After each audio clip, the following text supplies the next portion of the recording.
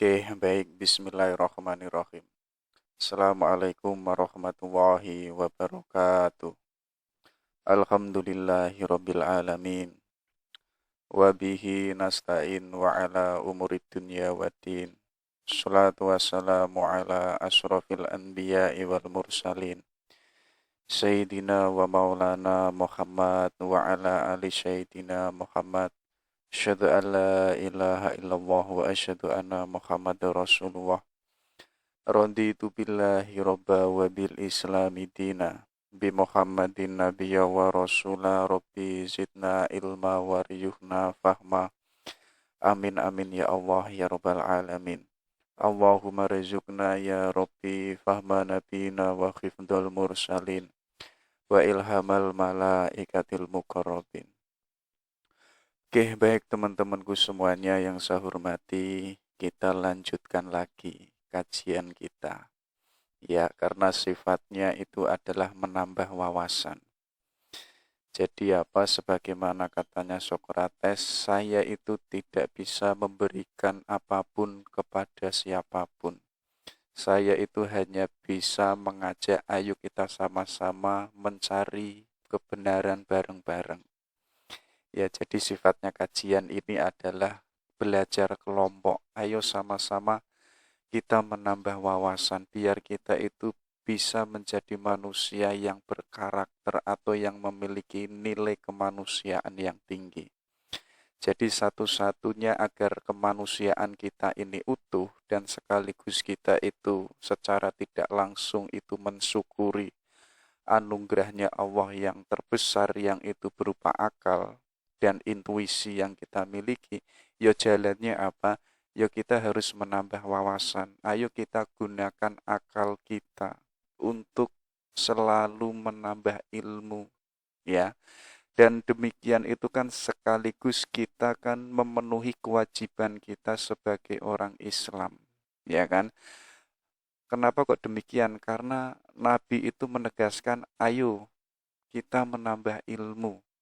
Apa itu? Dalam hadisnya itu kewajiban kita yaitu diwajibkan untuk menimba ilmu.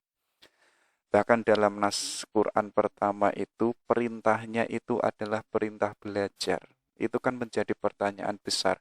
Loh, kenapa kok enggak perintah keimanan? Harusnya kan utusan Nabi kalau itu logik itu kan memerintahkan ayo kita mengimani kepada Tuhan yang Esa. Loh, tapi nas pertama yang turun, yang itu diterima oleh Kanjeng Nabi, sifatnya itu adalah perintah belajar, perintah menambah wawasan. Artinya apa?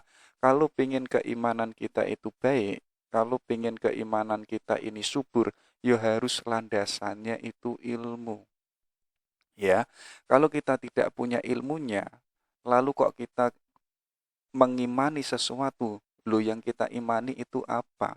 Ya, mencari ilmu atau mengetahui ilmu itu kan mengenal sesuatu yang jelas. Nanti kan dalam bahasa sufi puncaknya ilmu itu adalah ma'rifatullah, yaitu mengenali Tuhan secara absolut, secara hakiki. Sama dengan yang namanya ilmu. Ilmu ini adalah mengetahui atau mengenali sesuatu. Kalau pengetahuan kita ini sudah baik, kalau pengetahuan kita ini sudah benar, otomatis keimanan kita pun juga benar. Makanya enggak salah, nas pertama itu mengajak kita, ayo kita menambah ilmu, menambah wawasan. Oke, sifatnya kajian ini demikian ya, menambah wawasan sama-sama. Jadi tidak ada di antara kita yang itu menggurui. Oke, itu mukadimahnya. Hari ini kita masuk ke salah satu studi tasawuf akhlaki. Jadi penekanannya itu adalah pada moralitas atau pada akhlakul karimah. Berbeda nanti ketika teman-teman itu mengkaji tasawuf falsafi yang sifatnya itu menekankan penyatuan antara hamba dan Tuhan. Jadi apa? Manusia itu harus fana, manusia itu harus melebur, harus enggak ada, atau kesadaran dirinya itu harus dihilangkan. Nanti kalau kesadaran dirinya itu sudah hilang, itu yang ada adalah kesadaran Tuhan. Itu kan sebagaimana yang pernah diucapkan oleh Mansur Ibnu Al-Halats, yaitu apa? Ana al-Haq. Jadi Ana al-Haq ini, Al-Mansur ini sebenarnya ingin mengatakan apa? Aku ini enggak ada. Jadi dirinya itu dicengkal, dirinya itu ditiadakan.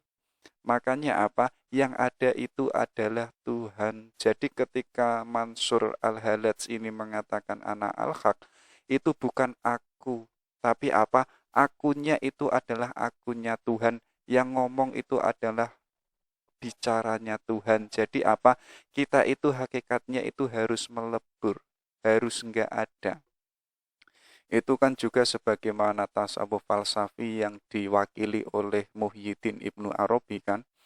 Beliau mengatakan manusia ini hakikatnya itu enggak ada. Hakikatnya itu mungkinul wujud. Jadi wujud kita itu hanya sebatas mungkin.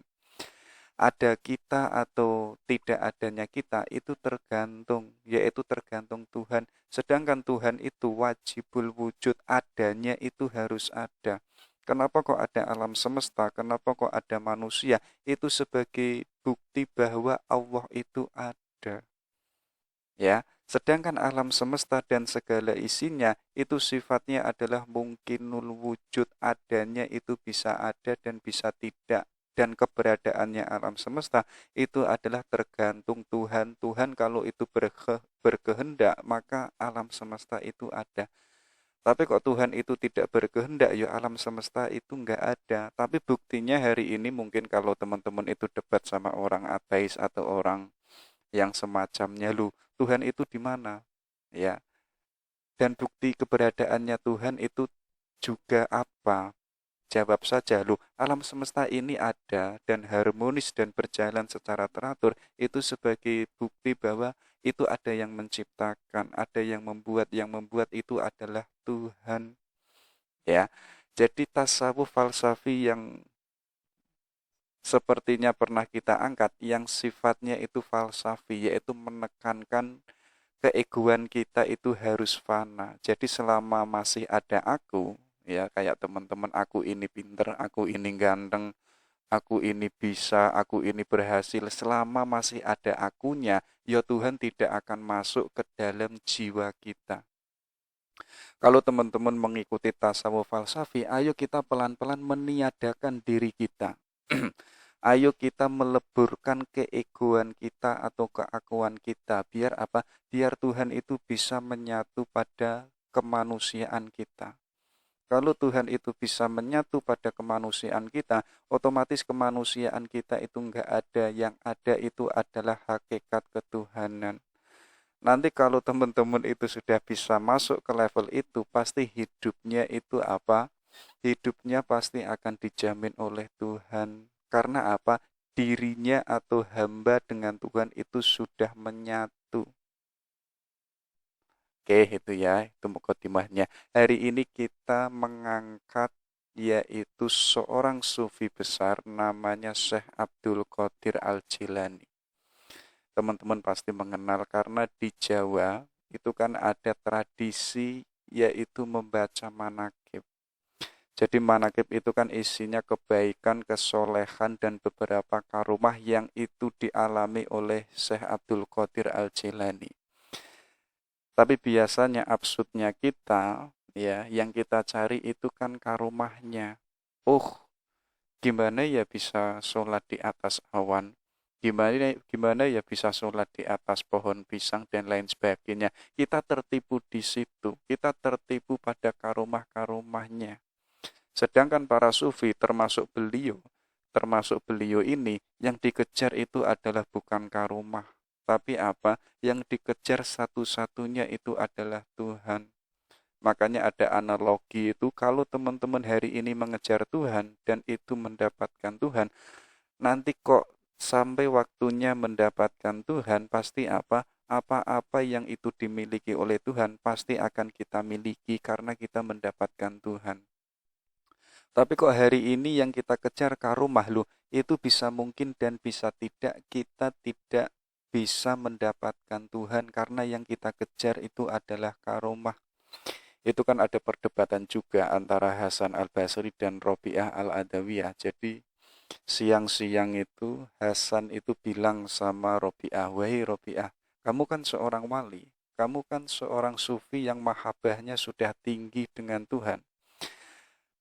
Gimana kalau siang-siang gini kita sholat di atas awan? Biar masyarakat dan orang-orang pasar itu tahu kalau kita itu seorang wali. Ya. Dan mendengar itu dibantah oleh Robi'ah. Wahai Hasan, apakah yang demikian itu yang kamu anggap itu seorang sufi yang punya kewalian yang dekat derajatnya dengan Tuhan? Ya, kalau kita hanya sholat di atas awan, lalu bedanya kita yang manusia dengan burung itu apa? Burung itu kan berzikir juga. Burung itu pun juga membesarkan namanya Tuhan juga. Ya, kalau kita kok hanya mengagungkan, hanya memprioritaskan kehebatan kita sholat di atas awan, ya kita nggak ada bedanya dengan burung yang terbang, sedangkan kita itu manusia yang dimuliakan oleh Tuhan. Kayak teman-teman itu apa, yang misalkan yang dikejar itu bisa sholat di atas lautan atau di dalam lautan misalkan ya. Loh, kalau kita bisa melakukan itu, bedanya kita dengan ikan itu apa? Ya, ikan itu pun juga zikir. Ikan itu pun juga melafalkan asma-asmanya Tuhan, yaitu dengan berenang, yaitu dengan kodratnya masing-masing. Kalau kita bangga dengan sholat di dalam laut atau di atas laut, kita yang manusia ya nggak ada bedanya dengan ikan. Makanya Robiah itu nanti mengatakan apa? Wahai Hasan, yang paling hebat, yang derajatnya tinggi di sisi Tuhan, itu apa? Yaitu keistiqomahan kita untuk senantiasa mahabbah sama Tuhan. Itulah derajat yang paling tinggi. Jadi teman-teman nggak boleh bangga bisa menghilang di satu tempat ke tempat yang lain atau bisa terbang dan lain sebagainya. Itu bagi Robiah itu nggak ada apa-apanya. Yang penting apa? Yang penting itu ahwal kondisi hati kita. Bagaimana caranya hati ini istiqomah untuk mencintai Tuhan. Oke itu ya. Kita lanjutkan. Jadi beliau ini orang Iran, yaitu tepatnya di kota Gilan. Jadi beliau ini lahir pada tahun 1075, nanti meninggalnya itu di Baghdad, yaitu pada tahun 1166 Masehi. Ya, jadi beliau nanti ada cerita yaitu rihlah mencari ilmu ke Baghdad dan sampai ke Baghdad nanti beliau menjadi sufi di sana. Jadi ayahnya itu namanya Abdul Soleh. Ceritanya itu garis keturunannya masih menyambung ke Hasan. Sedangkan ibunya namanya itu adalah Fatimah. Kalau ayahnya tadi nasab keturunannya sampai Hasan, kalau ibunya itu nasab keturunannya sampai ke Husain. Jadi beliau Syekh Abdul Qadir ini adalah habaibnya habaib. Karena apa? Karena ayah dan ibunya ini nyambung ketemu Ali bin Abi Thalib. Dan Ali nanti ini kan punya istri yaitu Fatimah dan Fatimah adalah anaknya Kanjeng Nabi Muhammad. Jadi beliau ini secara nasab itu nyambung pada Kanjeng Nabi Muhammad. Oke. Dan beliau nanti sejak kecil itu sudah dikenal sebagai orang yang cinta ilmu dan sekaligus dikenal masyarakat anak yang soleh ya. Teman-teman mungkin bisa introspeksi diri waktu kita kecil, kita itu dikenal sebagai anak yang apa. Pasti dominan kita saat itu kan dikenal ahli main bola, ahli futsal, ahli pingpong dan lain sebagainya. Tapi saat itu kita belum cinta ilmu. Bahkan kita pun juga belum menjadi anak yang soleh. Sedangkan Syekh Abdul Qadir sejak kecil itu sudah mencintai ilmu dan sekaligus dikenal sebagai anak soleh. Nanti kan ada cerita di waktu umur belasan tahun itu minta izin sama ibunya. Karena ibunya ini adalah seorang janda, ibunya itu berat sekali melepaskan anaknya. Tapi apa boleh buat, karena itu spiritnya Syekh Abdul Qadir untuk belajar ke Baghdad, akhirnya diizini oleh ibunya. Akhirnya nanti ibunya ini memberikan uang 80 ya 280 dinar, dan ibunya ini berpesan, wahai anakku, kamu nanti jangan bohong. sama siapapun dan kapanpun. Itu pesan ibunya. Jadi Abdul Qadir kecil ini waktu umur belasan tahun itu dipesankan sama kafilah dagang untuk menuju ke Baghdad. Belum sampai ke Baghdad ternyata itu dirampok, ya. Jadi kafilah-kafilah dagang itu dirampok, termasuk itu adalah Abdul Qadir. Jadi Abdul Qadir ini ditanya sama perampok, "Wahai anak muda, kamu membawa apa?" Jawabnya Abdul Qadir ini simpel, "Saya hanya membawa uang 20 dinar. Ini dari ibu saya." Jadi perampok ini kan bingung. Loh, anak kecil ditanya kok jujur ya? Biasanya orang yang dirampok itu kan menyembunyikan apa-apa yang dimiliki. Tapi kok anak ini malah terbuka? Itu perampoknya heran. Ditanya, "Loh, kamu kok malah jujur sama saya?" Katanya Abdul Qadir apa? "Pesannya ibu saya adalah saya nggak boleh bohong." Jadi dalam ceritanya itu perampok yang mulanya itu pekerjaannya merampok. Saat merampok si Abdul Qadir saat belasan tahun itu, ceritanya setelah itu perampoknya itu tobat dan menjalani suluk, menjalani kesufian. Jadi itu, jadi hidayah itu ada di mana-mana, ya. Bisa dari pelajaran dari orang lain, bisa mempelajari ini dan itu. Yang namanya hidayah itu jalannya macam-macam, ya. Kayak teman-teman misalkan masuk dunia Islam nggak mendapatkan hidayah, tapi kok ketika masuk dunia Kristen kok mendapatkan hidayah, yaitu bisa disebut hidayah. Kalau hidayah itu adalah dari Tuhan. Jadi apa? Kita ada kesadaran, ada spirit untuk senantiasa mendekatkan diri kepada Tuhan. Jadi ada kesadaran baru. Yang mulanya kita hidupnya biasa-biasa saja, tiba-tiba hidup kita itu langsung menjadi titik balik, menjadi manusia yang itu berubah 100%.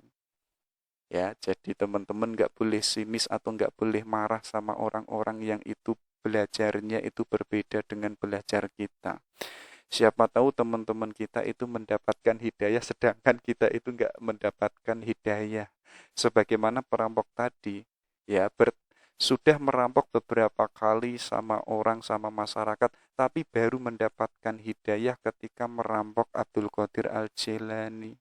Ya, nanti beliau ini sampai ke Baghdad, ya, mengenal salah satu universitas namanya itu An-Nizamiyah. Jadi Nizamiyah saat itu di dalamnya itu ada dosen namanya itu Abu Hamid Al-Ghazali, ya. Tapi saat itu Abdul Qadir yang umur belasan tahun itu nggak ketemu dengan Al-Ghazali. Karena apa? Karena Abdul Qadir waktu mendaftar di Nizamiyah ini nggak diterima. Ya, kayak teman-teman misalkan daftar UGM nggak diterima.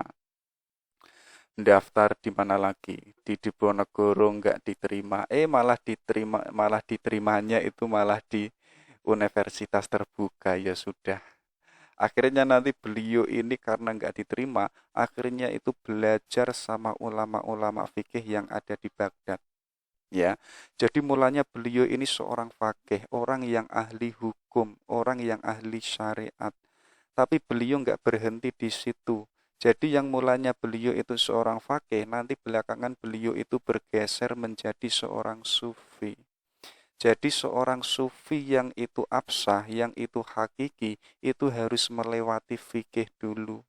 Jadi kalau kita hari ini fikihnya masih berantakan, fikihnya masih kacau, tiba-tiba kok kita langsung masuk dunia sufi atau dunia tasawuf, pasti dunia tasawuf kita akan rusak. Karena secara syariat kita itu belum selesai. Berbeda dengan Abdul Qadir Al-Jilani yang mulanya itu masuk syariah dulu. Jadi beliau fokus di situ sampai mendalami secara teoritis dan praktis, baru bergeser ke tasawuf. Akhirnya beliau kan nanti menjadi seorang sufi besar. Nanti ada cerita waktu beliau di Baghdad dan menjadi seorang sufi. Itu ada gejolak dorongan hati yang luar biasa ingin ceramah, ya. Jadi kayak teman-teman itu loh, rasanya nggak ada apa-apa, tapi kok ingin bergerak melakukan sesuatu. Jadi ada dorongan yang itu ada di dalam diri kita. Itu kalau dipikir rasanya itu nggak rasional.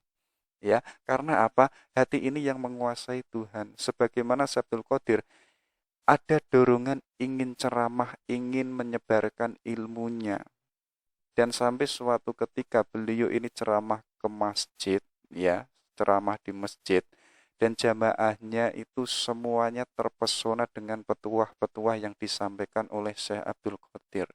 Nanti dari situ ceritanya setiap kali beliau ceramah itu sudah tidak di masjid lagi melainkan itu di alun-alun. Mengapa kok demikian? Karena jamaahnya itu saking banyaknya. Ya, bayangkan kita kan nggak bisa membayangkan satu alun-alun Baghdad itu full ketika yang ceramah itu adalah Syekh Abdul Qadir Al-Jilani. Itulah kehebatannya beliau, makanya nggak salah beliau nanti punya gelar yaitu Sultanul Aulia, yaitu apa? Rajanya para wali. Nanti kan ada cerita itu 2 abad sebelum lahirnya Syekh Abdul Qadir Al-Jilani itu ada sufi besar namanya itu Junaid Al-Baghdadi. Jadi Junaid itu suatu ketika sedang ngajar sama murid-muridnya, tiba-tiba itu ekstase, ya. Jadi sebagaimana yang saya sampaikan tadi, ekstase itu adalah kesadaran manusia yang sudah hilang. Yang ada adalah kesadarannya Tuhan. Manusianya itu ada, matanya itu ada, mulutnya itu ada, tapi hati dan kesadarannya itu sudah lenyap. Yang ada itu adalah kesadaran Tuhan. Nah, disitulah Junaid Al-Baghdadi tiba-tiba mengatakan nanti ada seorang wali besar di mana kakinya itu ada di atas pundaknya para wali. Nah, 2 abad kemudian lahirlah Abdul Qadir Al-Jilani. Ya, jadi apa? Beliau ini adalah seorang wali besar, seorang sufi besar yang ajarannya itu diikuti oleh wali-wali yang akan datang. Sedangkan kakinya Syekh Abdul Qadir itu ada di pundaknya setiap wali. Jadi kalau ada wali itu, ada sufi ya yang akan datang, yang itu setelah Abdul Qadir Al-Jilani, itu keilmuannya masih di bawahnya Syekh Abdul Qadir Al-Jilani. Karena apa? Di pundaknya para wali itu ada kakinya Syekh Abdul Qadir Al-Jilani. Ya. Jadi Junaid itu sudah mengetahui sesuatu yang itu belum terjadi. Karena apa? Karena dalam keadaan ekstase. Jadi teman-teman hari ini kok menganggap ada orang gila kok dianggap ekstase, yaitu absurd. Jadi apa? Ekstase itu adalah kesadaran Tuhan, kesadaran manusianya itu sudah hilang. Ketika seseorang sufi itu sudah ekstase, itu bisa mengetahui sesuatu yang itu belum terjadi. Seperti halnya bahasanya orang Jawa, weruh sebelum winaruh. Jadi saya mengetahui sebelum diketahui. Ya kayak tadi, kayak yang diucapkan Junaid, ada seorang wali, nanti ada seorang sufi yang kakinya itu di pundaknya para wali. Itu yang dimaksud adalah Abdul Qadir Al-Jilani. Oke, nanti pun dalam autobiografinya beliau ini menikahnya pada umur 51 tahun. Jadi beliau ini jomblonya lama sekali. Teman-teman yang hari ini yang umurnya 25 atau yang umurnya hanya masih 27 atau 23, santai-santai saja. Nggak usah stres, nggak usah galau. Coba bayangkan Syekh Abdul Qadir yang hari ini kita kenal sebagai seorang sufi besar dan torekohnya itu diikuti hampir sepertiga dunia termasuk Indonesia termasuk India. Itu beliau waktu mudanya itu fokus mencari ilmu, fokus menata jiwanya untuk bisa mahabbah dan ma'rifat pada Tuhan, ya. Jadi mungkin saking fokusnya beliau mencari ilmu, menikahnya itu umur 51. Nanti di umur 51 itu istrinya dalam tempo 1 tahun, istrinya itu langsung 4. Oh, itu kan nilai bonus ya. Jadi teman-teman yang hari ini menikahnya umur 23, 25, hari ini kan istrinya masih 1. Loh, nanti jangan kaget kalau ada orang yang itu menikahnya umur berapa tiba-tiba istrinya 4. Itu kan yang mulanya kalah setat sekarang kan bisa mengalahkan teman-teman yang istrinya hanya 1. Dan nanti kabarnya Abdul Qadir ini anaknya itu jumlahnya 49. Jadi yang 4 itu adalah cewek, yang lainnya itu adalah putra semua. Jadi seorang yang hebat, seorang wali atau seorang ulama termasuk cendekiawan, itu istrinya harus banyak. Dan sekaligus anaknya pun juga harus banyak. Jadi syaratnya teman-teman kalau pingin istri yang banyak, wawasannya harus luas dulu, keilmuannya harus mendalam dulu, baru nanti layak punya istri yang banyak dan sekaligus memperbanyak anak. Ya, karena dulu saya waktu sekolah itu pernah dipesan sama guru-guru itu ya, nanti kalau kalian itu hebat, jadi guru saya itu ngomong sama murid-muridnya, jadi nanti suatu ketika kalau kalian itu jadi orang hebat, anaknya itu jangan 3, jangan 5, buat anak yang banyak. Karena apa? Karena seorang macan itu disayangkan kalau punya anak satu. Macan itu apa? Anaknya itu harus banyak. Sebagaimana Syekh Abdul Qadir Al-Jilani, anaknya itu jumlahnya 49. Oke, hari ini kita secuil mengambil salah satu gagasannya beliau yang sifatnya itu akhlaki, yaitu porosnya adalah menata perilaku kita.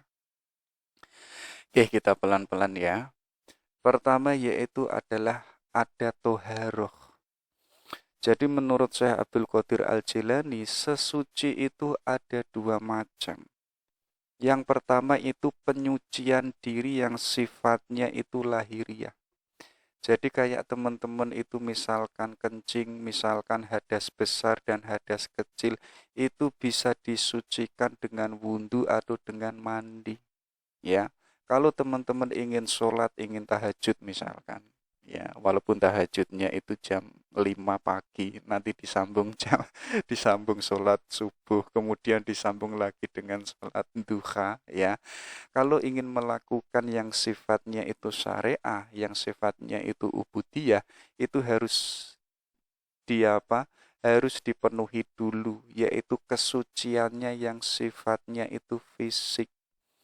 Jadi yang pertama ini kita harus selesai secara syariah.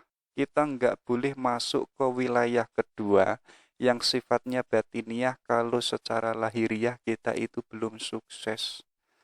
Makanya tadi apa? Beliau sebelum menjadi seorang sufi itu menjadi seorang fuqaha. Artinya beliau itu mengetahui betul isi dan segala apa yang ada di dalam studi syariah, baik itu secara teoritis maupun praktis. Jadi teman-teman nggak boleh masuk ke wilayah batiniah kalau lahiriahnya itu belum selesai. Nanti yang terjadi apa? Kalau lahiriah kita itu masih rusak, otomatis batin kita itu pun juga akan rusak. Maka apa? Secara penyucian diri kita yang sifatnya ini lahiriah, ayo kita selesaikan dulu. Ya, baru kita masuk yang kedua yaitu toharoh yang sifatnya itu batin. Ini berbeda dengan yang pertama. Yang pertama itu simple. Kalau hadas ya kita harus wudhu. Kalau kita hadas kecil ya kita harus sesuci dengan air. Tapi yang kedua ini sifatnya lebih mendalam yaitu apa? Kita harus punya kesadaran. Jadi orang yang itu punya kesadaran kuncinya adalah dengan ilmu. Makanya apa? Semakin kita tambah ilmu, semakin kita punya wawasan, seharusnya kesadaran kita itu semakin tinggi. Makanya kalau kita hanya sadar-sadar saja, itu nggak mungkin kalau nggak ada ilmunya. Karena ilmu ini akan melahirkan kesadaran. Nanti kalau kita sudah sadar, baru lahir yang namanya action, ya. Oh, saya ini demikian harus demikian. Saya ini kurang ini harus demikian. Artinya ketika kita punya ilmu yang itu melahirkan kesadaran, kemudian lahir yang namanya action. Kita melakukan sesuatu yang itu atas kesadaran kita dan kesadaran itu lahir itu adanya ilmu yang kita miliki.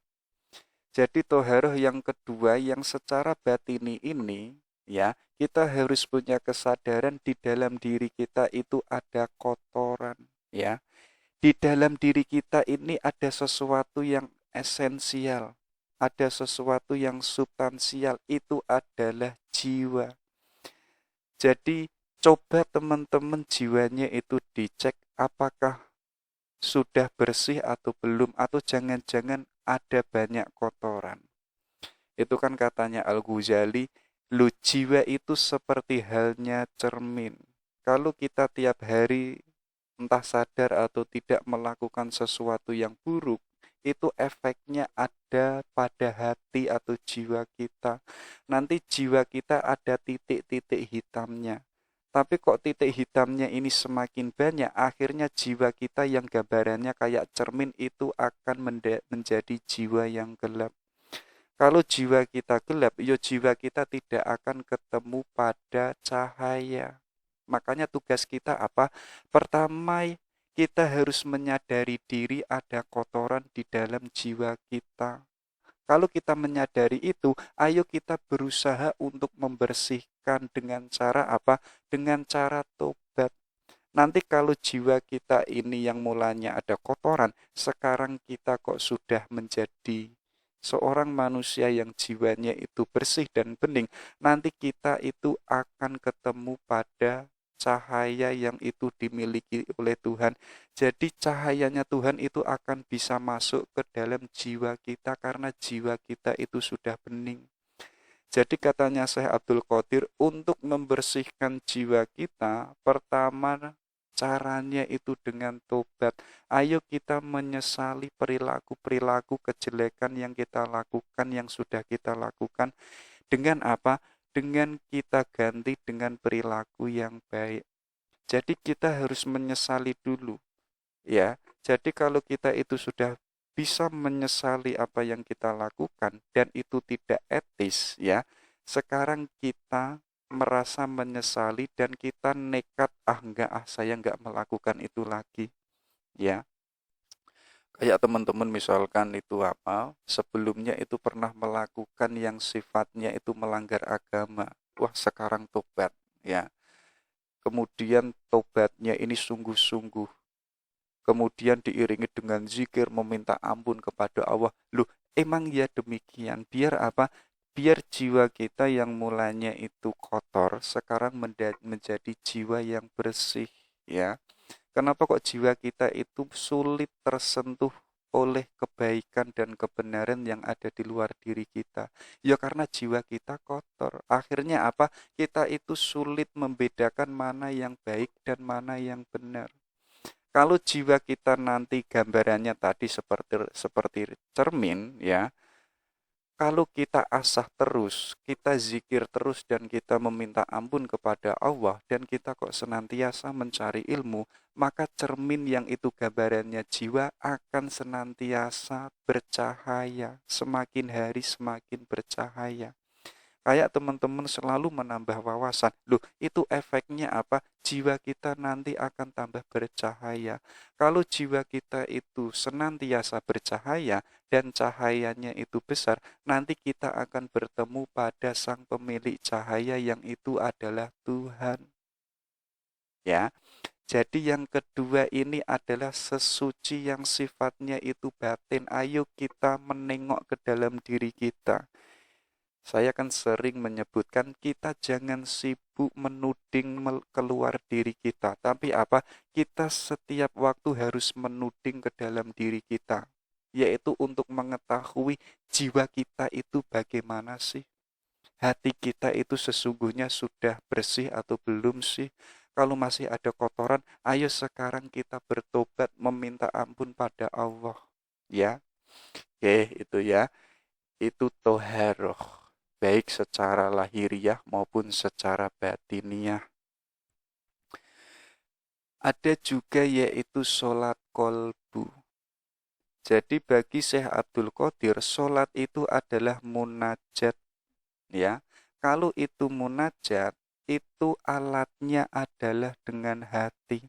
Makanya pertama tadi di tema yang toharoh itu kan beliau menegaskan kita nggak boleh berhenti pada sesuci yang sifatnya fisik, ya, tapi pun kita harus menyelesaikan sesuatu yang sifatnya fisik atau yang kita sebut sebagai syariah. Kalau kita nanti sudah sukses pada syariah, ayo kita membenahi hati kita sampai hati kita itu bening. Karena apa? Bagi Syekh Abdul Qadir Al-Jilani, hati ini sebagai alat untuk munajat dengan Tuhan. Kalau hati kita hari ini masih kotor, ya munajat kita mungkin ada kepentingannya. Mungkin kita sholat duha yang kita kejar adalah kesuksesan, yang kita kejar adalah uang. Mungkin kita sholat tahajud yang kita kejar adalah jodoh, yang kita kejar adalah perempuannya Pak, anaknya Pak Lurah misalkan. Loh, itu kan munajat tapi apa? Gara-gara jiwa kita ini masih ada kotorannya, kotoran-kotoranannya, akhirnya yang kita kejar dalam ubudiyah itu bukan Tuhan, melainkan apa? Melainkan egoistik kita untuk kepentingan kita pribadi. Akhirnya apa? Sholat kita itu bukan untuk diri kita. Sholat kita itu mengarahnya bukan ilaihi rojiun, tapi apa? Tapi hasrat-hasrat kita untuk memenuhi kebutuhan kita yang sifatnya itu duniawi. Ya, jadi apa? Sholat ini adalah munajat yang alatnya itu hati. Kalau itu alatnya hati, maka hati ini harus bening dan bersih. Sebagaimana tadi, ada toharoh yang sifatnya itu batiniyah, itu kesadaran untuk mengecek hati kita. Jadi biar munajat kita itu 100% itu hanya untuk Allah, atau hanya ilaihi rojiun, maka apa? Hati kita ini harus bening, biar kita sholatnya itu sempurna. Dan sholat kolbu ini tidak mengenal waktu dan tanpa akhir. Kalau sholat lahiri itu kan sholatnya ada zuhur, ada sholat duha, ada sholat tahajud. Itu kan semuanya terikat oleh waktu. Oh, kalau sholat duhur itu ya pada pertengahan hari. Oh, kalau sholat tahajud itu pada dini hari. Itu semuanya adalah sholat yang itu terikat oleh waktu. Tapi bagi Syekh Abdul Qadir, sholat kolbu ini sholat yang itu tidak mengenal waktu, sifatnya itu long time, di mana dilakukan sepanjang umur. Karena apa? Karena hatinya ini sebagai masjid. Jadi sholatnya itu tidak berjalan menuju Masjid Al-Mabrur misalkan, menuju Masjid MAJT, itu enggak. Melainkan apa? Sholatnya itu ke dalam diri, yaitu sarananya adalah hati yang itu sebagai masjid. Itu ya. Yang ketiga yaitu sholat kolbu jamaahnya, itu ketika gerak hidup kita dan sekaligus batin kita, itu sama-sama mengingat dan melafalkan nama-nama Tuhan. Kalau mulut kita mengucapkan subhanallah, hati kita pun juga sama mengatakan subhanallah. Kalau mulut kita mengatakan apa? Allahu Akbar, ya, itu kan ada kelompok-kelompok atau yang demo Allahu Akbar takbir. Tapi coba dipertanyakan hatinya mengatakan takbir atau tidak.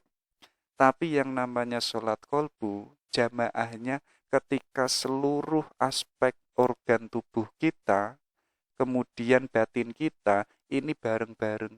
Ini seiring berkorelasi sama-sama, yaitu mengingat Allah. Kesadarannya adalah kesadaran Tuhan. Bibirnya senantiasa melafalkan nama-nama Allah, batinnya pun juga mengatakan demikian. Kalau mulut kita mengatakan subhanallah, tapi hati kita kok masih duniawi, hati kita masih anaknya Pak Lurah atau anaknya Pak Camat, ya antara mulut dan hati kita itu munafik, tidak sejalan, ya. Maka apa? Kalau mulut kita mengatakan Allah, hati kita pun juga mengatakan Allah. Tapi faktanya kalau hari ini, misalkan teman-teman mengatakan mulutnya Allah, tapi hatinya kok selalu ingat anaknya Pak Lurah, ya kita belum berjamaah secara kolbu. Kemudian apa? Keimanannya ini adalah kerinduan, yaitu zauq. Jadi ketika iman itu sudah menancap pada kolbu yang itu tadi bening, yang itu tadi sudah bercahaya, Iman ini atau seorang hamba ini rasanya ingin ketemu pada yang dicintainya. Karena nggak ketemu, karena hambanya ini masih hidup di dunia, ya, dan nggak ketemu sama yang dicintainya, akhirnya yang terjadi itu adalah zauq, yaitu kerinduan. Dan kerinduan ini bisa diobati ketika ketemu dengan yang dicintainya. Kayak teman-teman itu hubungannya jarak jauh, nggak pernah ketemu, ketemunya itu setahun setahun sekali, itu kan ada semacam jauh. Kenapa kok ada kerinduan? Karena sudah ada cinta. Jadi teman-teman hari ini mengaku rindu sama Tuhan, tapi kok nggak cinta sama Tuhan, itu ya omong kosong. Karena kerinduan ini lahir karena sudah ada mahabbatullah. Ini sebagaimana dialami Al-Ghazali, dialami oleh Robiah Al-Adawiyah. Rasanya itu ingin ketemu, ingin lama-lama sholat. Ya, itu ceritanya Robiah. Itu kan malam-malam nggak pengen cepet yang namanya pagi hari. Pengennya itu malam itu lama sekali. Karena apa? Karena ingin bertemu, ingin bersama, ingin berduaan dengan yang dicintainya. Karena apa? Karena saking rindunya ingin ketemu pada yang dicintainya. Ya. Jadi apa? Teman-teman kalau imannya itu sudah benar, pasti imannya ini membawa yang namanya kerinduan. Kemudian apa? Arah kiblatnya itu adalah Allah itu sendiri. Kalau sholat secara syariah yang tadi terikat oleh waktu dan tempat, ya, dan sholat syariah itu kan kiblatnya kan Ka'bah, ya. Kalau teman-teman sholat itu harus menghadap ke barat, itu sebagai mengarah ke Allah, simbolisasinya adalah Ka'bah. Tapi kalau kita sholatnya syariat kok menyembah Ka'bah, yaitu kita monoteisme, ya. Jadi kita mengarah ke kiblat itu bukan menyembah Ka'bah, melainkan tetap yaitu menyembah Allah. Tapi bagi Syekh Abdul Qadir, sholat kolbu ini kiblatnya itu adalah kesadaran manusia, ya, ketika menyadari Allah itu ada di mana-mana dan menyadari alam semesta ini adalah sebagai perwujudan Allah itu yang maha indah dan ada sifat-sifat yang mulia yang itu tercermin yang ada di alam semesta ini itu sebagai sifat keindahannya Tuhan. Itulah arah kiblat. Kalau teman-teman itu melihat alam semesta dengan gerakannya yang harmonis, dengan rotasinya yang itu indah, itulah wujud tajalinya Allah yang itu nampak di alam semesta. Jadi kesadarannya dimanapun dan di kapanpun itu adalah melihat Allah itu ada di mana-mana. Allah itu tidak hanya di lautan, Allah itu tidak hanya di dalam hatimu, tapi Allah itu ada di mana-mana. Ketika kita sudah menyadari itu, itulah arah kiblat. Yang terakhir apa? Prinsipnya itu hanya kepadamu kami menyembah. Dan hanya kepadamu kami itu memohon pertolongan. Jadi satu-satunya yang itu disembah itu hanyalah Tuhan. Bukan manusia, bukan malaikat, bukan nabi, bukan kiai, bukan ulama. Jadi prinsipnya sholat kolbu yang disembah itu hanya Tuhan. Dan yang dimintai pertolongan itu adalah Allah. Kita hari ini kan kadang chaos. Kita meminta pertolongan pada seorang wali yang sudah meninggal. Kita lari ke kuburan atau lari ke hutan meminta pertolongan. Ya, dalil kita adalah apa? Yaitu sebagai wasilah dan lain sebagainya. Tapi kalau kita itu sudah masuk ke sholat kolbu, prinsipnya apa? Yang layak disembah itu hanya Tuhan. Dan kita sebagai manusia, mintalah tolong hanya sama Allah, karena Allah itu yang bisa menolong hambanya. Ya, karena Allah itu memiliki semuanya dan Allah itu maha besar dan maha kuat. Ayo kita meminta pertolongan sama Allah. Kayak teman-teman diputus sama ceweknya itu loh. Biasanya yang mulanya itu minta tolong sama dukun. Sekarang ayo kita geser. Kita meminta tolong sama Allah. Bilang saja, ya Allah aku diputus. Aku menginginkan si dia bisa menerima saya. Bilangkan saja sama Allah. Ya, karena Allah itu sangat suka pada hambanya. Yang hambanya ini senantiasa meminta pertolongan. itu ya, itu sholat kolbu, baru kita masuk ke taubat.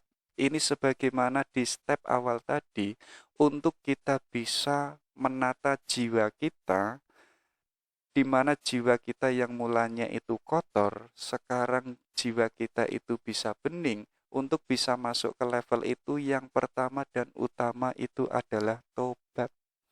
Dan bagi Syekh Abdul Qadir, tobat itu sifatnya level-level. Semakin ke bawah, itu levelnya semakin tinggi. Ya, makanya ada tobatnya orang awam. Jadi tobatnya orang awal ini simple. Ketika apa? Ketika seseorang itu menyesali apa yang telah dilakukannya. Ya, mungkin yang dilakukannya sebelumnya itu adalah kejelekan atau keburukan. Sekarang kita tobat dan menyesali itu. Ya, di balik kita menyesali, kemudian kita nggak mau mengulanginya lagi. Kalau kemarin kita itu bohong, ayo kita jangan menjadi orang yang bohong. Kalau kemarin kita pernah mencuri, sekarang kita tobat dan sekarang kita jangan mencuri. Ya, jadi apa? Kita tidak lagi mengulangi kesalahan yang sama untuk selama-lamanya. Itulah tobatnya orang awam. Kalau hari ini kita sudah tobat, tapi kok masih melakukan kesalahan yang sama seperti halnya yang kemarin, maka tobat kita itu adalah bohong. Kita sama saja mempermainkan Tuhan. Tobat kita bukan tobat nasuha. Kita belum mampu meninggalkan apa yang sudah kita lakukan sebelumnya, dan kita pun belum bisa meninggalkan untuk selama-lamanya. Nanti kalau kita sudah sukses, tobat yang level awam, kita nggak boleh berhenti di situ. Kita harus masuk ke yang kedua, yaitu tobat yang sifatnya itu khusus, sifatnya itu khawas. Ini adalah ketika orangnya itu tadi, tobat awamnya itu sudah selesai, sekarang sudah menjadi orang yang baik, ya. Ayo kita menambah diri kita, mengajak jiwa dan diri kita untuk senantiasa menjadi manusia yang baik. Kita kebaikan yang sifatnya itu istiqomah. Jadi kebaikan kita itu tidak sementara. Kita menjadi manusia yang baik itu tidak hanya ketika ada orang, tapi apa? Kebaikan kita yang manusia ini sifatnya sudah melekat karena sudah istiqomah dan itu menjadi habit kebiasaan kita. Itulah tobatnya orang khawas. Jadi apa? Kita sudah menjadi orang yang baik, menuju yang lebih baik lagi, yaitu dengan istiqomah. Kita tidak hanya menjadi orang yang adil, tapi apa? Ayo kita menjadi orang yang lebih adil. Kemarin mungkin adil kita itu hanya untuk cewek kita. Ayo sekarang keadilan kita sifatnya universal untuk semua manusia.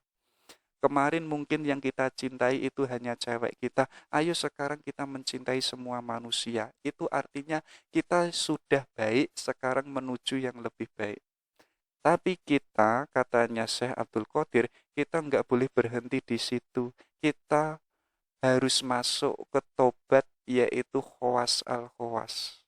Jadi apa? Kita itu sudah menjadi orang yang paling baik. Kalau dalam bahasa sufi, kita itu sudah insanun kamil. Kita itu sudah masuk ke hakikat, kita masuk ke makrifat. Kalau kita sudah ke level itu, kita jangan berhenti pada yang namanya hakikat. Kita jangan berhenti pada kebaikan insanul kamil diri kita sebagai manusia yang sempurna. Kita nggak boleh berhenti di situ. Berhentinya pada siapa? Yaitu pada Allah. Ya, jadi khawas al-khawas ini adalah ilaihi roji'un. Yang dikejar itu bukan surga. Yang dikejar itu bukan bidadari yang apa? Yang langsing, yang putih, yang matanya berbinar. Itu yang dikejar itu bukan itu, melainkan apa? Finalnya itu ilaihi roji'un, karena kita dulunya dari Tuhan, sekarang kita hidup, kita pun nanti akan kembali kepada Tuhan. Ya, biasanya khawas al-khawas ini ketika seorang hamba itu sudah menuju kepada Allah dan sudah menyatu pada Allah, biasanya seperti halnya yang saya ucapkan tadi, ada ahwal yang itu disebut ekstase. Jadi kesadaran yang itu kemanusiaannya itu sudah hilang, sekarang yang ada itu adalah kesadaran Tuhan. Jadi kalau orang itu sudah masuk ke tobat khawas al-khawas, dia hidupnya itu tidak ada rasa gelisah. Tidak ada yang namanya rasa cemas dan khawatir. Karena orangnya itu yakin. Orangnya 100% itu yakin semuanya itu pasti dijamin oleh Allah. Kenapa kok kita hari ini masih cemas, masih galau? Karena kita itu belum 100% meyakini takdirnya Tuhan. Kita itu masih meragukan Tuhan. Kita pun juga masih meragukan janjinya Tuhan. Tapi bagi orang khawas al-khawas, orangnya keimanannya itu sudah 100%. Dan hidupnya itu dirinya, bahkan dirinya sendiri itu sudah tidak ada. Yang ada itu hanyalah Tuhan. Kalau hari ini kayak tadi, selama egoisme kita masih ada, itu adalah yayasanku, itu adalah sekolahku, itu adalah uangku, itu adalah jasaku. Selama masih ada itu, ya kita belum bisa masuk ke tobat, yaitu khawas al-khawas. Artinya belum bisa masuk ke wilayah kewalian, belum masuk ke wilayah kesufian. Ya, jadi itu, jadi tobat ada 3 macam. Coba teman-teman dicek termasuk saya. Kita itu masuk yang level mana? Jangan-jangan teman-teman itu sudah khawas al-khawas tapi hari ini nggak sadar. Coba disadari. Kita itu yang mana? Yang awam atau jangan-jangan kita itu awam itu belum? Ya, kita kan kadang masih tobat ya, kadang tobat kita pun belum sampai ke level nasuha, belum level yang sesungguhnya, kita masih bermuka dua. Hari ini tobat, kita besok melakukannya lagi. Artinya kita belum masuk ke level tobatnya orang awam, apalagi khawas al-khawas.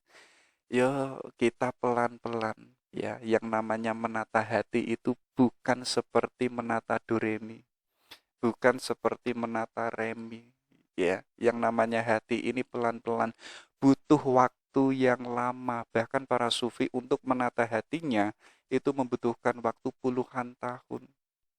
Makanya apa? Kalau kita ingin menjadi manusia yang baik, makanya jalannya kita melatih pelan-pelan, yang itu membutuhkan waktu yang lama. Itulah tobat. Sekarang kita masuk ke tazkiyatun nafas ya. Jadi Syekh Abdul Qadir itu tadi di awal sudah menyebutkan, ayo kita masuk kepada toharoh yang sifatnya itu batiniah, yaitu kesadaran diri kita sebagai manusia yang itu selalu refleksi ke dalam diri kita. Tujuannya apa? Tujuannya yaitu tazkiyatun nafas, mengetahui hati kita itu ada apanya. Apakah hati kita itu tergantung pada dunia? Apakah hati kita itu sibuk dengan dunia? Ataukah isinya itu hanya duniawi-duniawi saja? Ayo kita cek. Kalau kita sudah menemukan ternyata hati kita ini masih kotor dan isinya duniawi, ayo sekarang kita tazkiyatun nafas, kita membersihkan diri. Biar apa? Biar kita itu mencapai sifat-sifat yang itu dimiliki oleh Tuhan. Kenapa kok hari ini kita sulit untuk mencintai seseorang? Ya karena jiwa kita ini masih kotor. Kenapa kok hari ini kita sulit menjadi manusia yang baik? Ya karena jiwa kita masih kotor. Kenapa kok kita sulit melakukan kebaikan-kebaikan? Ya karena jiwa kita masih ada kotoran-kotoran. Makanya Syekh Abdul Qadir ini mengajak, ayo tazkiyatun nafas, kita membersihkan jiwa kita biar kita itu mampu mencapai sifat yang itu dimiliki oleh Tuhan. Jalannya dengan apa? Pertama yaitu dengan tobat. Jadi para sufi itu hampir sepakat kebanyakan untuk bisa masuk ke dalam wilayah yang sifatnya itu batiniah, itu step pertama harus tobat. Dan tobat itu tidak hanya wilayah orang awam, tapi kita harus lebih mendalam, yaitu tobat khawas al-khawas. Ketika apa? Ketika kesadaran diri kita sebagai manusia itu sudah hilang, yang ada itu hanya Tuhan. Kalau kita sudah tobat, kita menjadi manusia yang baik, yang terbaik, dan kita hidupnya ilaihi roji'un, kita baru masuk step yang kedua, yaitu zuhud. Ya, jadi zuhud, teman-teman boleh punya mobil, teman-teman boleh mendapatkan putrinya Pak Lurah misalkan, atau putrinya Pak Yai, Sining misalkan, nggak apa-apa. Ya, tapi hati kita nggak boleh tergantung pada anaknya Kiai. Hati kita nggak boleh tergantung pada anaknya Pak Lurah, tapi apa? Hati kita tetap tergantung pada Tuhan. Walaupun secara fakta kita punya anaknya Pak Lurah dan sekaligus punya anaknya Pak Kiai, ya, dan kita punya rumah mewah, punya mobil sport dan lain sebagainya, tapi hati kita itu tidak terikat dengan itu. Walaupun besok saya nggak punya itu semuanya, nggak apa-apa. Yang penting apa? Yang penting jangan kehilangan Tuhan. Boleh saya kehilangan anaknya Pak Lurah, boleh saya kehilangan anaknya Pak Yai, boleh saya kehilangan apa-apa yang saya miliki yang sifatnya duniawi, tapi ada satu yang itu nggak boleh kehilangan, yaitu kehilangan Tuhan. Jadi kita harus zuhud. Kalau zuhud kita sudah selesai, ayo kita tawakal. Kita serahkan semuanya pada Tuhan. Maksudnya apa? Kita lakukan dulu yang terbaik, kita optimalkan dulu ikhtiar kita, baru kita serahkan sama Tuhan. Kalau kita nggak mau ikhtiar, ya kita jangan tawakal. Karena apa? Karena ikhtiar dan tawakal ini satu kesatuan yang nggak bisa dipisahkan. Biasanya para sufi itu kenapa kok nggak punya rasa sedih, nggak punya rasa galuh? Karena hatinya itu 100% sudah tawakal. Semuanya sudah diserahkan oleh Tuhan. Entah itu takdir baik atau buruk, entah ada cobaan atau tidak, semuanya diserahkan oleh Tuhan. Makanya selanjutnya apa? Kalau kita sudah tawakal, kita sudah menyerahkan semuanya pada Tuhan. Sekarang ayo kita sabar. Sabar mungkin dalam keadaan kita sakit, sabar dalam keadaan kita itu nggak punya. Ya, kalau kita sudah sabar, ayo kita jujur. Kita nggak boleh bohong, baik itu bohong secara lisan maupun secara batiniah. Ya, kalau kita sudah selesai di situ, baru kita syukur, ya. Jadi kita sudah tawakal, kemudian kita sudah sabar, kemudian ayo kita mensyukuri apa yang itu kita dapatkan, apa yang itu kita miliki. Karena kita menyadari apa yang kita miliki itu semuanya adalah pemberian dari Tuhan. Entah sekecil apapun yang kita miliki hari ini, capaian-capaian apapun yang kita dapatkan hari ini, kita harus syukuri karena semuanya itu adalah atas ridhonya Allah. Kalau Allah itu merindhoi, maka step yang terakhir apa? Kita pun juga harus ridho apa-apa yang itu dari Tuhan. Kalau Tuhan itu memberikan kita misalkan istri yang sederhana, istri yang pas-pasan saja, ya kita harus ridho. Kalau misalkan kita ditakdirkan wajah kita kok biasa-biasa saja, hidung kita kok nggak mancung-mancung amat, yuk kita harus ridho. Karena apa? Dengan ridho inilah akan mengantarkan kita pada kebahagiaan. Artinya apa? Kita rela apa yang kita miliki. Jadi hari ini teman-teman kok tidak merelakan apa yang dimiliki atau tidak merelakan apa yang itu ada pada dirinya, ya sampai kapanpun tidak akan bahagia. Makanya para sufi itu hidupnya kelihatan santai, kelihatan nikmat, kelihatan membahagiakan karena jiwanya itu sudah ridho. Dan ridho inilah nanti menjadi cikal bakal lahirnya jiwa yang itu bahagia. Makanya sufi itu enggak ada yang namanya sufi sedih, itu enggak ada. Enggak ada sufi itu stres kehilangan mobil, kemudian kok nangis semalam, itu enggak ada. Apalagi sufi kok galuh gara-gara diputus sama istri kelimanya misalkan.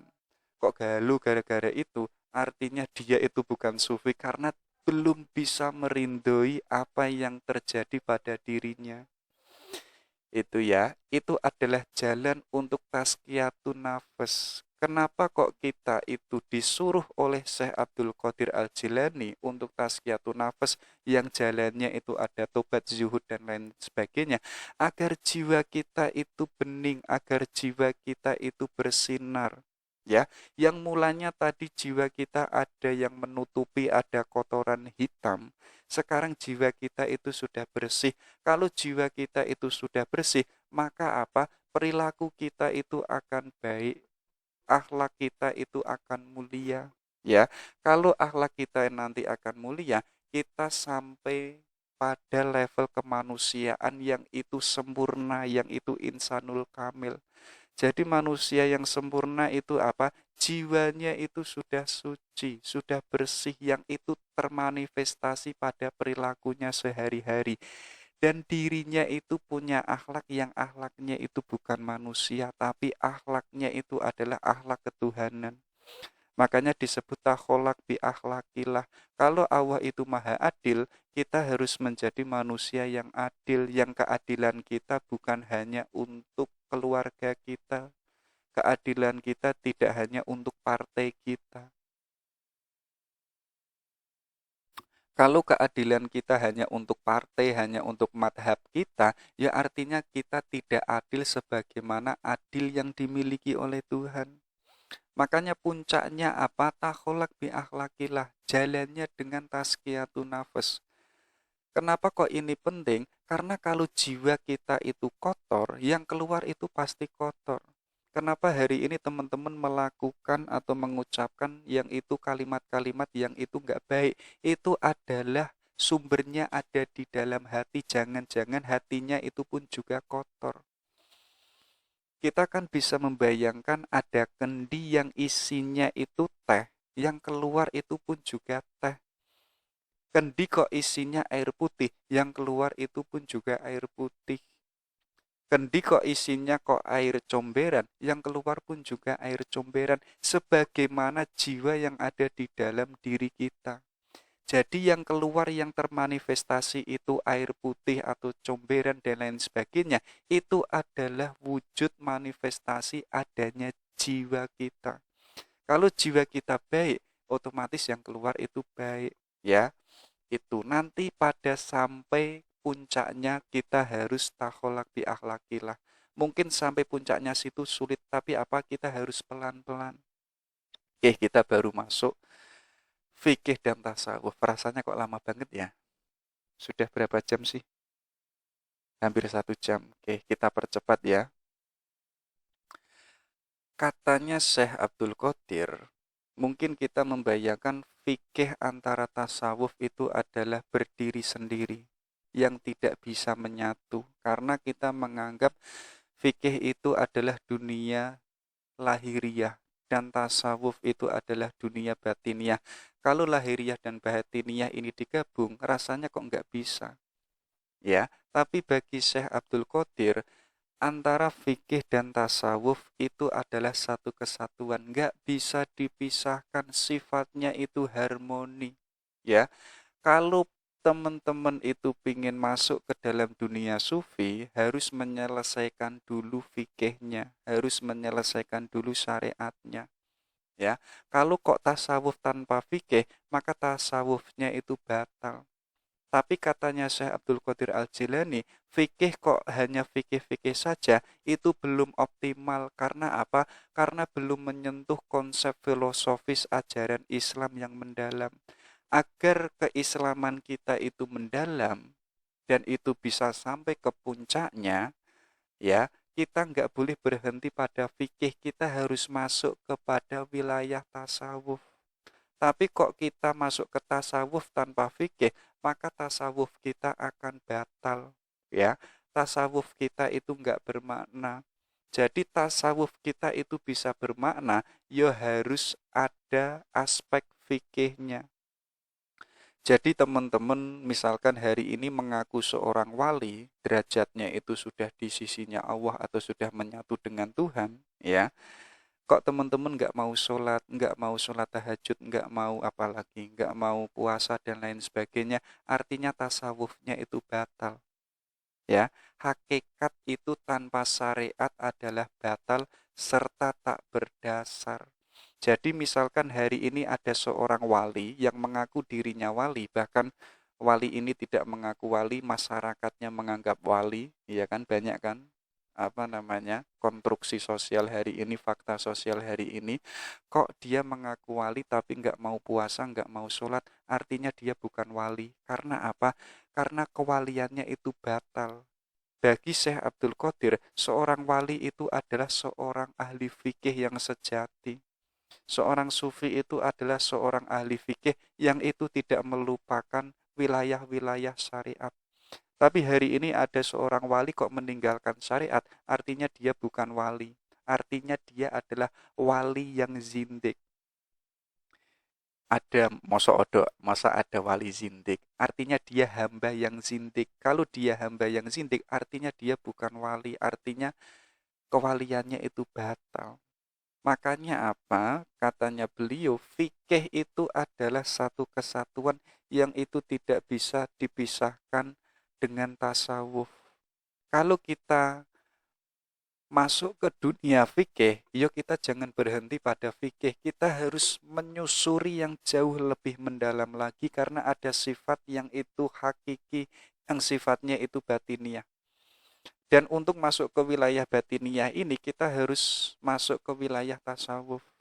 Kalau kita masuk ke wilayah tasawuf tanpa fikih, tasawuf kita absurd.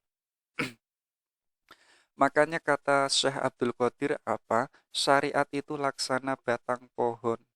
Torekohnya adalah cabang-cabangnya. Ma'rifatnya adalah daunnya. Sedangkan hakikatnya adalah buahnya. Jadi yang pertama itu harus ada batang pohonnya yang itu syariat. Ya. Kalau ada batang pohonnya, nanti akan bercabang-cabang. Yang cabangnya ini adalah torekoh. Ya. Tapi cabang kok tidak ada daunnya, rasanya itu belum optimal. Makanya apa? Kalau torikoh kita sudah baik, sudah optimal, dan torikoh ini sebagai cabang, cabang ini akan melahirkan daun-daun yang indah, itulah ma'rifat. Kalau batang pohonnya itu subur, cabang-cabangnya itu kuat, daun-daunnya itu segar, ya, dan pohonnya itu pasti akan membuahkan buah-buah, dan buah itulah yang disebut hakikat. Itulah fikih dan tasawuf yang itu harmonis, nggak boleh dipisah-pisahkan. Oke, kita lanjut. Ini kita baru masuk ke tasawuf. Jadi kita muter-muter bulat baru kita masuk ke tasawufnya. Jadi coba dicek ya teman-teman, kita metil-metil. Jadi kalimat tasawuf itu dipetil-petil oleh Syekh Abdul Qadir, di mana setiap hurufnya itu ada makna filosofisnya yang mendalam. Yang pertama itu adalah ta. Ta ini adalah tobat. Dan tobat ini ada tobat lahir dan batin. Sebagaimana yang sudah kita kaji di awal tadi, tobat lahir ketika perkataan dan perbuatan kita itu selaras. Kalau teman-teman itu ngomong B, hatinya pun juga B. Kalau hatinya teman-teman itu kok jatuh cinta sama anaknya Pak Lurah, tapi kok mulutnya kok senantiasa mengucapkan kalimatnya Tuhan, ya itu belum sesuai. Karena apa? Yang diucapkan pun juga harus sesuai dengan apa yang diperbuatnya. Jadi kalau teman-teman itu mengatakan adil itu baik, perilakunya juga harus adil. Kalau teman-teman mengatakan mencintai itu adalah perbuatan mulia, ya perbuatannya pun harus ada wujud cinta kasih kepada manusia. Itulah tobat secara lahir. Kalau tobat yang batin, ini adalah tasfiyah al-qalbu, penyucian hati, yaitu tadi tazkiyatun nafas. Ayo kita membuang sifat-sifat kejelekan-kejelekan yang ada di jiwa kita. Kemudian kita ganti dengan sifat-sifat yang terpuji. Kalau kemarin kita bohong, ayo sekarang kita menjadi manusia yang itu tidak berbohong, kita ganti menjadi manusia yang adil. Ya, artinya apa? Taubat batin ini mengajarkan kita untuk agar nanti kita menjadi manusia yang punya moralitas yang terpuji. Yang kedua yaitu sot. Ini adalah sofa. Sofa itu maknanya adalah bersih dan bening. Jadi sofa ini ada dua macam. Pertama ada sofa kolbu. Ya, jadi sofa kolbu ini membersihkan hati dari sifat-sifat manusiawi yang sekaligus apa? Sekaligus yang itu hati yang itu condong pada kenikmatan duniawi. Kayak teman-teman coba dicek kenapa hari ini galau, kenapa hari ini stres, ya.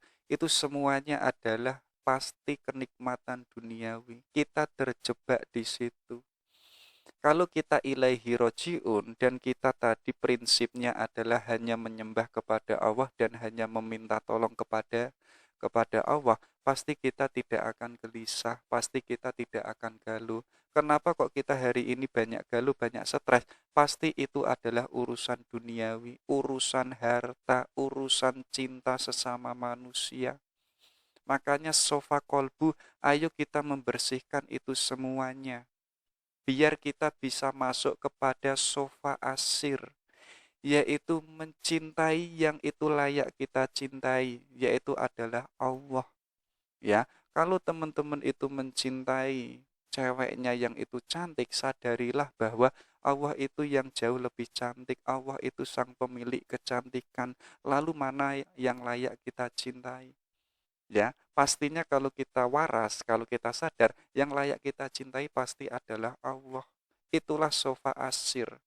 Jadi ayo yang mulanya kita mencintai duniawi, mencintai anaknya Pak Lurah atau anaknya Pak Yai, ayo sekarang kita mencintai Allah.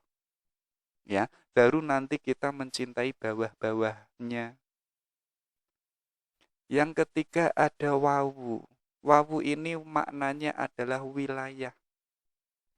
Jadi di mana ketika hati kita itu sudah suci, kita sudah bisa melewati tobat lahir dan batin. Kita sudah melewati sofa kolbu dan sofa sir. Ketika kita sudah melewati itu, nanti hati kita sudah suci dan bening. Kalau hati kita ini sudah bening, nanti apa? Akhlak kita pun juga pasti baik, akhlak kita pun juga pasti mulia. Gambarannya seperti tadi, kalau kendi itu isinya air putih, yang keluar pun juga air putih. Kalau kendi isinya itu kok air comberan, ya bahasanya demikian ya, yang keluar pun juga air comberan. Makanya apa? Wawu ini wilayah ketika jiwa kita itu sudah bisa melewati antara tobat dan sofa. Nanti puncaknya adalah fa. Fa ini adalah fana. Jadi diri kita itu sudah melebur. Diri kita itu sudah tiada. Yang ada itu hanya Tuhan. Makanya apa? Pengosongan dan penghapusan segala macam sifat-sifat manusia, ya, yang itu digantikan dengan keabadian sifatnya Tuhan. Ya, tadi saya menyebutkan selama kita masih ada akunya, itu masih ada kesombongan. Kalau masih ada kesombongan, artinya kita itu belum bisa mengesahkan Tuhan secara secara keabadiannya Tuhan.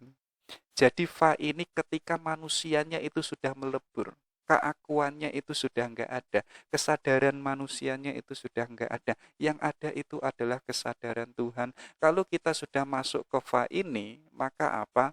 Maka sebagaimana yang saya sebutkan tadi, orangnya atau seorang wali yang itu tidak punya rasa cemas, tidak punya rasa khawatir, tidak merasakan galau tentang urusan duniawi, itu semuanya enggak penting. Karena apa? Hidupnya sudah dijamin oleh Allah. Dia sudah full tawakal 100%. Dia sudah senantiasa mencintai takdir yang itu diberikan oleh Tuhan. Jadi ada ta, sod, wawu, dan fa. Ayo kita jangan berhenti pada taubat, tapi kita harus fana. memfanakan diri kita. Sebagaimana di awal tadi, hakikatnya kita manusia itu mungkinul wujud, adanya kita itu bisa ada dan bisa tidak. Dan biasanya para sufi termasuk tasawuf falsafi itu mengejar mati-matian pada wilayah fa, yaitu kefanaan diri. Maka kita mengenal ada istilah ekstase, yaitu kesadaran Tuhan. Kesadaran manusianya itu sudah enggak ada. Oke, itu tasawuf ya. Ini loh yang menjadi titik pokok pada tema hari ini. Jadi yaitu tasawuf yang mengajak ayo kita menjadi manusia yang itu utuh sebagai manusia sekaligus yang punya karakter yang mulia, punya akhlak yang mulia. Nah, untuk bisa masuk ke sana, level pertama yaitu takhali. Ayo kita menyadari diri kita, sifat-sifat kita, perilaku-perilaku kita, mungkin ada yang tercela, mungkin masih ada yang kotor. Kalau masih ada yang kotor, ayo sekarang kita hapus, kita singkirkan, kita bersihkan. Itulah yang disebut takhali. Jadi kalau kita itu bohong, itu adalah sesuatu yang kelihatan, yang mudah kita rubah. Tapi ada wilayah yang itu sulit untuk kita hapus. Yang sulit untuk kita bersihkan, yaitu apa? Yaitu kotoran-kotoran yang ada di jiwa kita. Yaitu seperti hasut, ujub, merasa bangga, merasa sombong, merasa aku ini penting, merasa ganteng, merasa punya ini, punya itu adalah penyakit hati dan itu adalah merusak jiwa kita. Ayo kita pelan-pelan takhali, membersihkan sifat-sifat yang itu tercela yang ada atau yang masih ada di dalam jiwa kita. Kalau kita itu sudah membersihkan sifat-sifat tercela dan kita kok sudah optimal, sudah sukses di level tahali ini, baru kita masuk ke tahali. Dan ini sifatnya nggak boleh diloncat-loncati. Kita pertama tajali dulu itu nggak bisa. Kita pertama tahali dulu itu nggak bisa. Step pertama itu harus tahali. Kalau teman-teman itu bersikukuh, saya harus langsung tajali, biasanya rusak. Biasanya batal, tidak bermakna. Makanya apa? Step pertama harus takali. Kita membersihkan diri kita dari kotoran sampai kita itu menjadi manusia yang itu baik. Manusia yang tidak punya hasut, manusia yang tidak punya riak dan lain sebagainya. Baru kita masuk tahali, yaitu kita hiasi diri kita. Kalau diri kita itu sudah netral atau sudah menghapus semua kejelekan, ayo sekarang kita menghiasi dengan sikap perilaku yang terpuji. Kalau kemarin kita bohong, ayo kita menjadi manusia yang adil. Kalau kita kemarin itu egois, ayo kita menjadi manusia yang penuh cinta. Kita mewarnai diri kita. Kita menghiasi dengan perilaku yang indah, dengan pengetahuan-pengetahuan yang baik, dengan kebijaksanaan-kebijaksanaan yang terbaik. Itulah takhali. Kalau sudah takhali baru kita bisa masuk ke tajali. Yaitu apa? Yaitu seorang hamba yang menyadari bahwa semua realitas alam semesta ini adalah penampakan adanya Tuhan. Jadi apa? Jadi sifat kemanusiaan yang disebut basariyah itu semuanya sudah tersingkap karena hatinya itu sudah bening, hatinya itu sudah suci. Kenapa kok kemarin kita tidak bisa merasakan kehadirannya Tuhan? Karena jiwa kita masih kotor. Kenapa kemarin kita sulit mahabbah pada Tuhan? Karena jiwa kita masih kotor. Sekarang jiwa kita sudah bening dan sudah bersih dan sekaligus kita mampu menghiasi dengan perilaku yang terpuji. Akhirnya kita mampu menangkap keesaan Tuhan yang ada di alam realitas ini. Ya, kita mampu melihat wajahnya Tuhan yang itu nampak pada alam realitas. Ketika kita melihat ke kanan dan ke kiri, yang terlihat itu adalah wajahnya Allah. Ketika kita melihat alam semesta dan segala isinya, yang kelihatan itu adalah tajalinya Tuhan. Oke, itu ya. Ini loh yang dimaksud tajali. Jadi apa? Simpelnya begini, tajalli itu ketika Allah dalam keadaan sendirian dan belum tidak ada apapun ada di alam semesta ini. Jadi Allah itu yang esa. Allah itu dalam keadaan sendirian, tidak ada sesuatu yang itu selain Tuhan. Ya. Jadi teman-teman dicek saat itu Tuhan itu ngapain? Apakah Tuhan itu melihat keluar dirinya? Kalau Tuhan itu melihat keluar dirinya, artinya ada sesuatu yang itu dilihat oleh Tuhan. Ya, kalau itu ada sesuatu yang di luar Tuhan, artinya ada sesuatu yang itu sama dengan Tuhan. Maksudnya apa? Syekh Abdul Qadir ini ingin menegaskan Allah yang itu sendirian, yang apa adanya, belum ada alam semesta. Allah itu tidak melihat sesuatu yang di luar dirinya, melainkan melihat yang itu di dalam dirinya.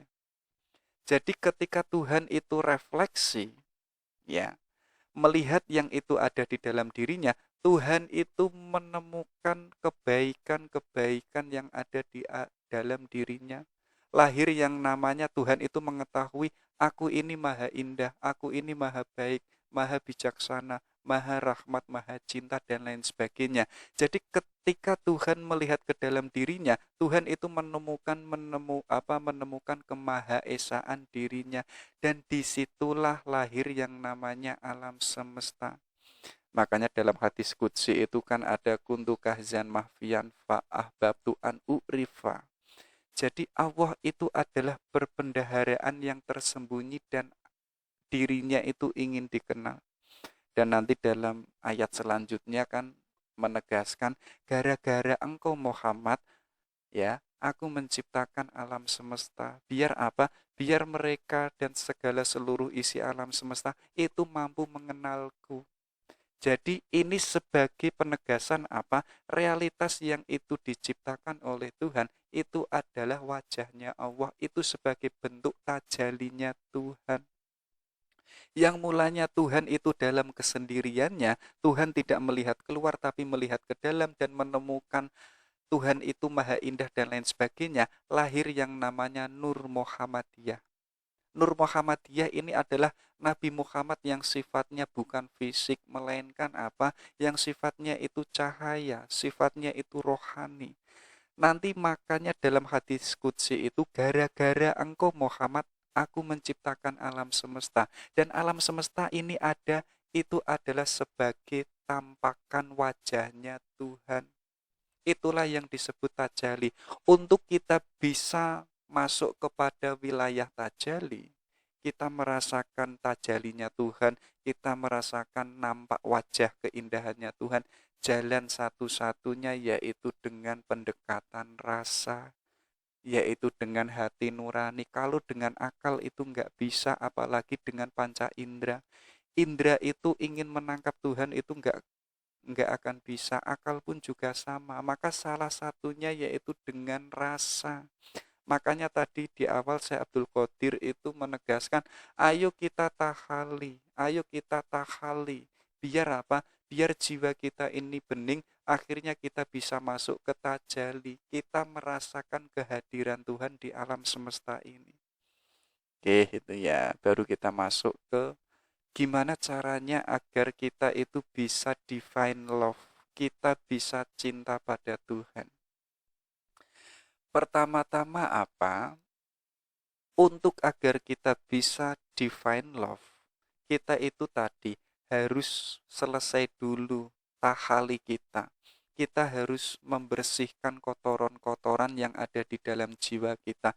Selama kok masih ada kesombongan, selama masih ada egois kita, selama masih ada yang namanya keakuan kita, yuk kita tidak bisa cinta ilahi.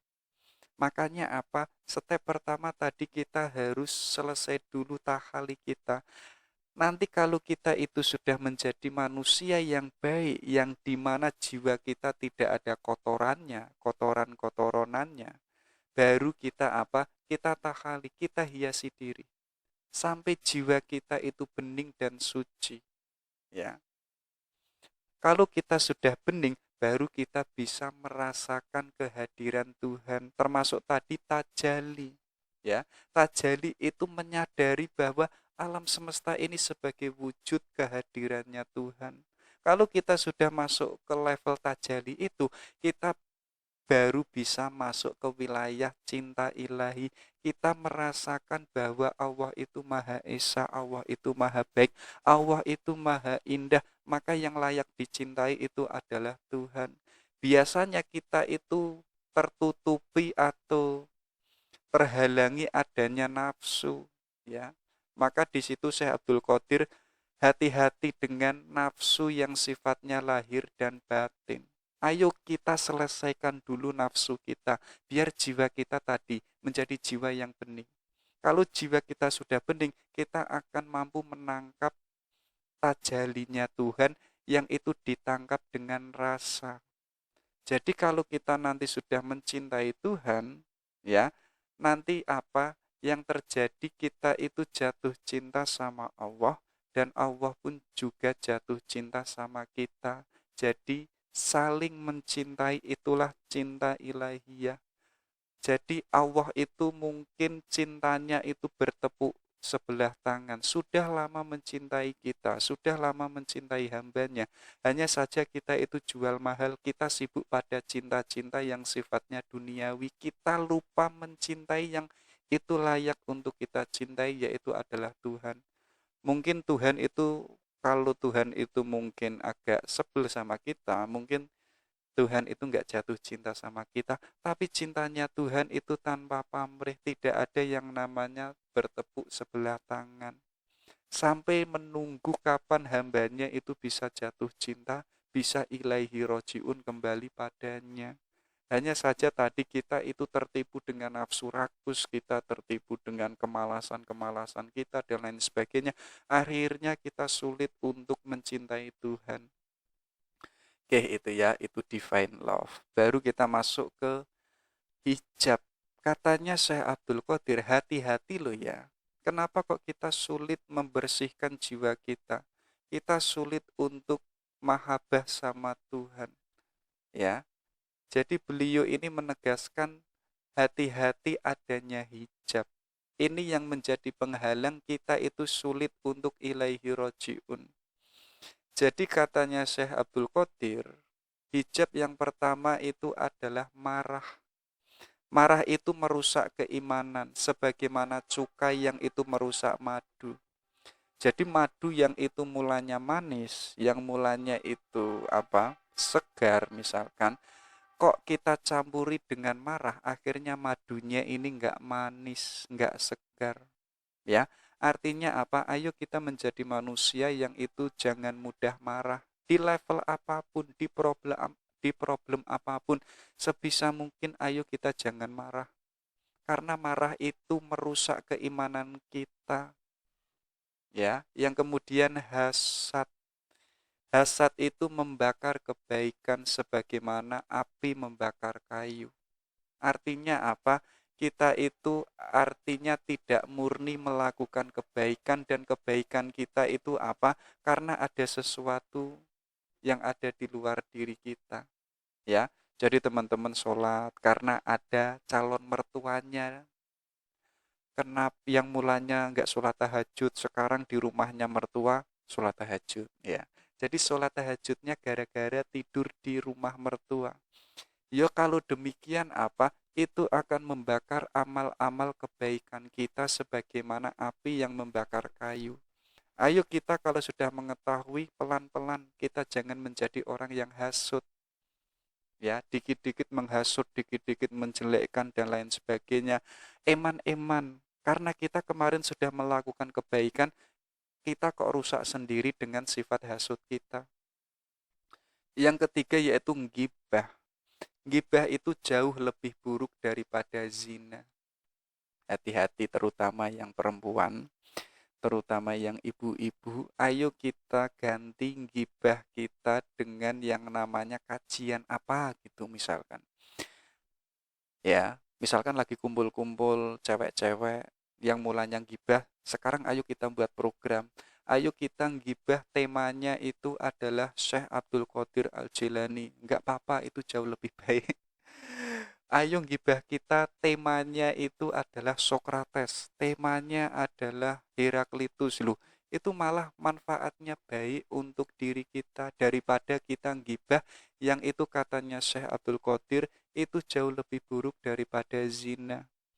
Ya, jadi gibah yang mulanya itu ngomongkan orang lain atau menggibahkan keburukan-keburukan orang lain, sekarang kita ganti gibah yang temanya itu adalah Sokrates, yang temanya Aristoteles.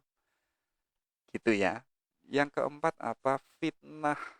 Jadi katanya Syekh Abdul Qadir, fitnah itu sesuatu yang tertidur. Maka Allah akan melaknat siapa saja yang itu membangunkannya. Jadi jangan sampai kita itu membangunkannya fitnah, karena fitnah itu adalah sesuatu yang tertidur. Kenapa kok fitnah ini bangun? Karena akan merusak manusia, karena akan melahirkan peperangan, melahirkan kekacauan dan lain sebagainya. Itu gara-gara fitnah. Makanya apa? Kita jangan bangunkan yang namanya makhluk fitnah itu. Yang kelima yaitu orang pelit itu tidak akan masuk surga meskipun orangnya itu ahli ibadah dan ahli zuhud. Jadi hati-hati ya teman-teman. Kalau bisa ayo kita latihan untuk sodakoh, untuk memberikan sesuatu yang kita miliki. Jangan sampai kita itu menjadi manusia yang bakhil. Katanya beliau, bakhil itu tidak akan masuk surga walaupun orangnya itu ahli ibadah dan ahli zuhud. Yang keenam ada riya. Riya itu syirik kahfi. Ya kayak tadi teman-teman, mohon maaf saya tadi lupa menyontohkannya. Jadi riya kayak teman-teman tadi tidur di rumah mertuanya yang mulanya nggak sholat tahajud sekarang sholat tahajud, ya itu bisa disebut syirik kahfi karena sholat tahajudnya karena ada mertuanya. Kayak sholat jamaah yang mulanya tidak berjamaah, ya sekarang kok sholat jamaah karena ada calon mertua yang ada di belakang. Jadi sholatnya itu karena ada calon mertua. Itu adalah riya, dan riya itu adalah syirik kahfi. Yang terakhir yaitu para pemfitnah tidak akan masuk surga. Ayo kita jadi manusia, jangan sampai kita menjadi manusia yang itu menebarkan fitnah. Jangan sampai, karena apa? Kalau kita kok menjadi manusia yang pemfitnah, kita nggak akan masuk surga. Karena fitnah ini melahirkan kerusakan, melahirkan pertentangan, melahirkan peperangan. Tidak hanya satu orang saja yang rugi, bahkan satu dunia bisa rusak dan bisa rugi gara-gara fitnah. Itulah hijab yang harus kita hindari, yang harus tidak boleh untuk kita lakukan. Oke, ini yang terakhir. Berapa jam ini? Ini ada nasihatnya Syekh Abdul Qadir. Jadi beliau bilang, berpikirlah bahwasanya sesuatu yang kamu cintai di dunia ini tidak akan kekal selamanya. Tidak abadi dan pasti fana. Jika kamu telah menyadari hal ini, maka kamu tidak akan melupakannya walaupun sekejap.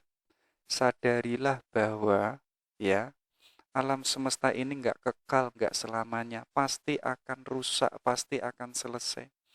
Teman-teman yang hari ini mengatakan cintaku ini selamanya untuk anaknya Pak Lurah, itu cintanya pun juga tidak selamanya, pasti pun juga fana. Apapun itu yang kita miliki, yang itu wilayahnya duniawi, sadarilah bahwa itu tidak abadi, tidak absolut. Maka kita itu nggak boleh kecewa, nggak boleh galuh atas urusan duniawi. Yang boleh kita galuhkan apa, yang boleh kita kecewakan apa, ketika kita itu dilupakan oleh Tuhan, ketika Tuhan itu jauh dari kita.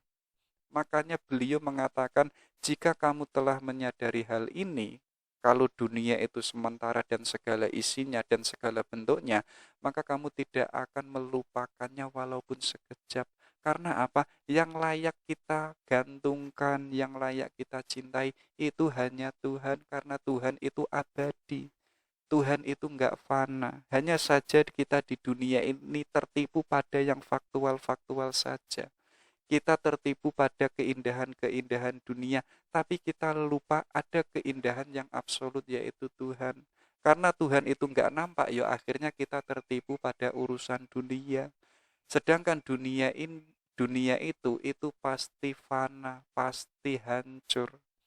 Oke, itu nasihatnya Syekh Abdul Qadir Al-Jilani. Oke, itu ya, semoga ada beberapa sesuatu yang baru yang kita dapatkan hari ini.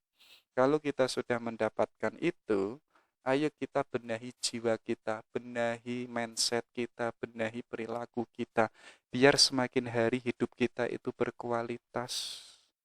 Oke, kita akhiri. Assalamualaikum warahmatullahi wabarakatuh.